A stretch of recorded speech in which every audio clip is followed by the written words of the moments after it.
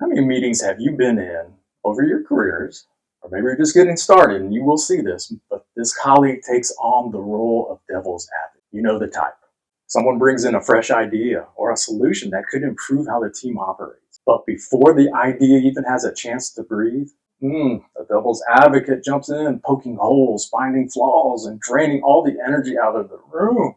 Hey, I'm Matt Meyer, co-creator of the MindFlow Cycle. We help professionals and overwhelmed entrepreneurs break out of the cycle of overwhelm, busy to-do lists to get more done in less time, not only through management techniques, but also a change in mindset. Now I get it. Diverse perspectives matter. Constructive challenges can refine ideas, but too often playing devil's advocate is just an easy excuse for tearing down ideas instead of building them up. I remember a meeting where several forward-thinking leaders proposed a game-changing shift in how the organization approached strategic planning. Their approach wasn't just a random thought. It was based on proven strategies from thought leaders like Jim Collins, the person who wrote Good to Great. But then the devil's advocate, boom, entered the conversation. Every idea was shot down.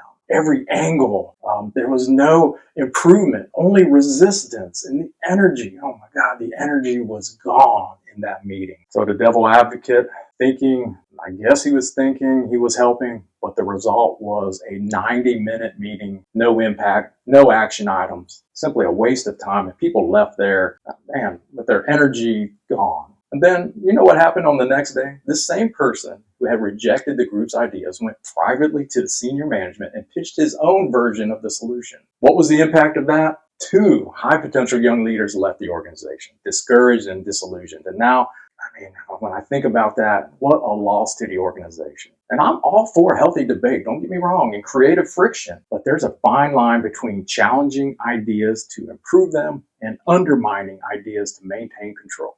So what's the alternative? Let's talk about becoming an angel's advocate. An angel advocate doesn't support every idea, but instead they work to evolve, to improve, to lift up the creators and really just bring energy to ideas. So angel advocates, this is what they do. They challenge constructively, not to destroy, but to refine. They offer improvements, not just criticisms. They create a collaborative environment where people feel safe to share. And when teams shift from tearing down to building up, creativity flourishes and engagement rises and better decisions are made. Just like I always suggest in every video, some strategies, right? So these are 3 key strategies you can take to become an angel's advocate. So step number 1, challenge with purpose, not ego. So how do you do that? Ask yourself, you have to ask yourself this: am I challenging the idea with the intent of tearing it down, or am I presenting justification how to improve or a different angle on how to reform or make that idea stronger? Devil's advocates often challenge for the sake of challenging. You don't want to be there.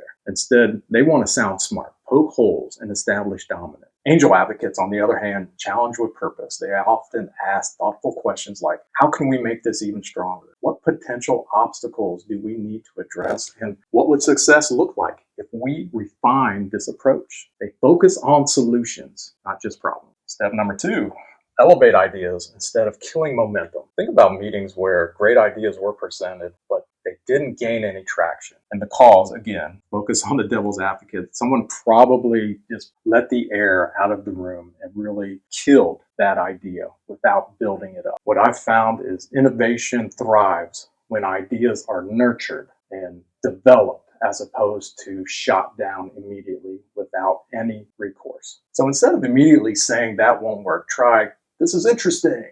What would it take to make it work? Or I like where you're going. Could we test a small version first? Or let's build on this. What's one way we can refine the approach? When leaders adopt this mindset, brainstorming sessions turn into action plans. Number 3, encourage ownership, not undermining. What I've seen, and it was in the story that is so damaging, is when a team member kills an idea, but then later comes back and presents it, maybe refined a little bit, but as their own. This type of behavior kills trust. I mean, it drives participation way down and leads to the exodus of talent. Angel advocates, man, they do the opposite. They give credit where credit is due. They collaborate instead of compete. And they empower others to take ownership of ideas. Instead of hijacking ideas, help refine them and ensure the right people get the proper recognition. So when leaders share the stage instead of dominating, when they lift their team members up, man, you see morale, you see innovation, you see